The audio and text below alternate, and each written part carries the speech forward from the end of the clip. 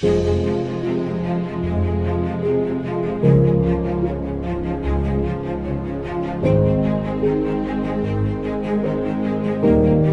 is it being the head of finance of PayPal India?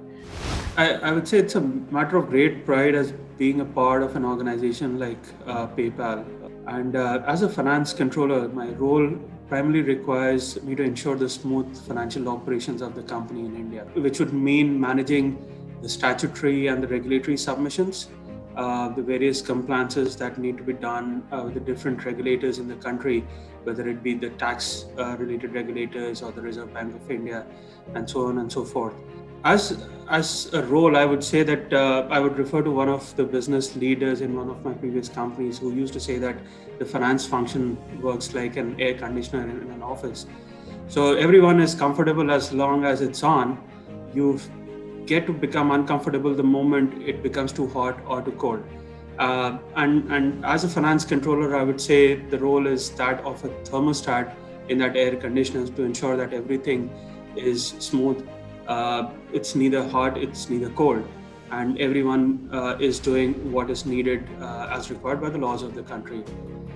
My day at PayPal primarily is to ensure the various compliances, and apart from that, is to lead a team of highly talented young professionals. Uh, I, I need to ensure that these young professionals now they grow up to be the leaders in their respective fields in the future. Yeah, so that's mostly what I look at as the finance controller at PayPal. What is your leadership style like? I would say my leadership style is collaborative in most of the ways. Um, just the fact that one is leading a team does not mean that he is or she is omniscient. There is a lot to learn from the talents and from the capabilities of each and every member in the team. Whether he is experienced or he does not have a lot of experience, but you need to be able to adapt, listen to them, and also learn from them. Only then a person will be able to optimize the resources to provide the best kind of quality output for the company as such. As a leader, any one challenge you faced? There are various challenges, especially when you're managing a team. So there would be team members who may not be comfortable in your style of working.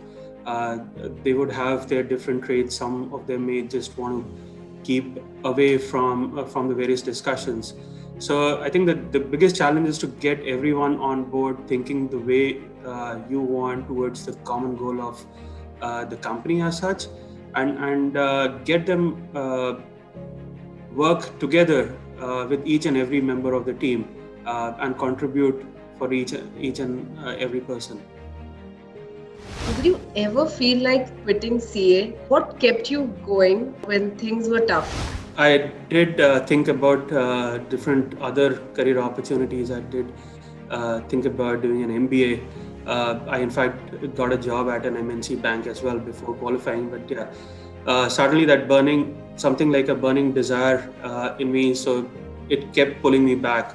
I wanted to be an accountant, and I wanted to complete what I had started. Didn't want to leave it in between. So I continue to prepare for my attempts. I continue to give all the attempts. Didn't leave anything back as such. And every attempt was a new learning for me. Every time I would plan it out in different ways on what went right and what went wrong, and then move ahead. I think what was also encouraging in my case was the support that I had from my family and friends. I had a wonderful bunch of friends who were always supporting me, and they kept encouraging me to go on and on. And finally, yeah, it did take me a long time, but finally I was home. Did the fact that you took multiple attempts to clear, did that impact your career graph? And if it did, when did it pick up? What's important is not just to look at the number of attempts, but the learning that you would have during that time. Yes, probably it would have been different in my case if I would have qualified in the first attempt. I may have been doing something else. Maybe I would have been in consulting, because that's what I had thought of when I started my career, my professional journey as a CA. But yes, one needs to be positive all throughout. Qualifying for the CA exams is not the end of it as far as a career journey is concerned. That's just the start, that's just the qualification. Unfortunately, there are a lot of bottlenecks in that journey itself, at the start itself, to be able to qualify, and that does uh, bring about a lot of negative mindset in the young professionals. I would say that one should always keep on learning. There would be multiple attempts that one may have to go through, but then he needs to keep on learning and try to improvise. Look around you, what all things are happening, and build additional sense of maturity while you're going through that journey. So you have that learning potential, and you have that knowledge. It's more about how you can actually optimize that knowledge and apply the learnings for what the company is hiring you for. Yeah, but there are a lot of companies as well who do not care about it. I have been fortunate to work for certain companies who have been more inclined towards looking at talent, looking at knowledge, rather than just talking about academics. Having said that, academics is surely important, but then that's not the only thing that many companies would look for. Did you work, or did you just focus on studies all those attempts? I did continuously work while I was appearing for the exams. Yes, I was taking long leaves to do my studies as well. But the curriculum, the way the CA curriculum is built on, it's not just about the theoretical knowledge, but it's more about application of the knowledge that you have in the subject. And that's one of the reasons why there is a mandatory 3-year training program as well, because that is what actually helps you build your professional knowledge in a way in which you can actually get into the corporates or even consulting for that matter. So it's very important that the person tries to continuously work even while appearing for his exams. Yes, I know the curriculum requires heavy studies, and one may have to take long breaks to do his studies as well. But then in order to be able to build that professional connect on what's happening in the world, it's important for him to be there in the office and be a regular part of the office routine. It not just gives you an idea on what's happening in the world, but also it keeps you connected with the professional activities around the industry. What have failures taught you? I think one needs to be honest to himself. You may not get everything that you wish for when you're starting off your career or even your professional journey. In my case, my extended failures, they allowed me to learn more and develop certain skills during that time. They helped me build strength mentally, so to overcome some of these issues that I had faced initially during my professional journey. So I would say, apart from the patience and perseverance, it's more towards an outlook of life. One needs to be able to maneuver what you have right now, rather than just keep on cribbing about certain things which you have not achieved. Make the best out of what's available, and then take them forward in your professional journey and use them in the best possible manner. What do you consider when hiring a chartered accountant for your team? So, for me, the number of attempts, it doesn't matter as such.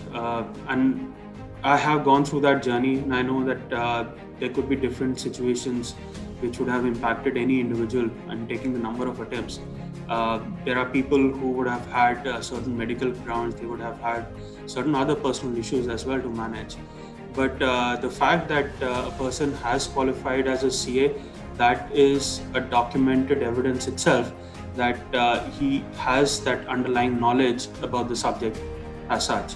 So number of attempts does not matter as such, especially when I'm looking at candidates and I'm hiring them. What is more important is their attitude, the positive attitude which they come with, the openness and their application of the subject matter that is more important.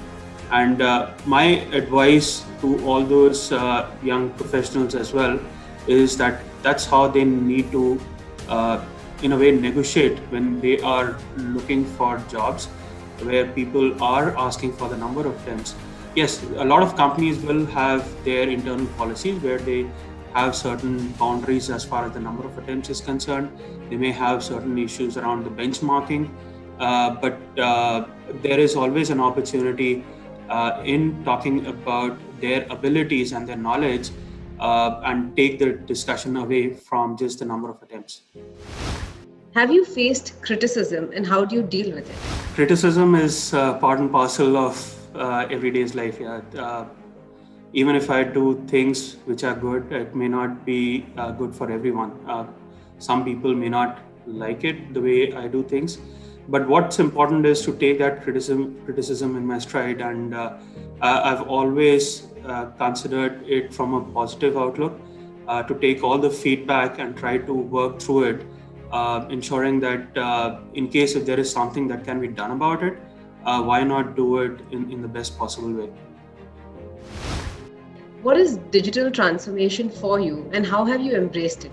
So digital transformation is more about doing things in a much more efficient way. And obviously usage of computers and technology is something which is a part of that transformation.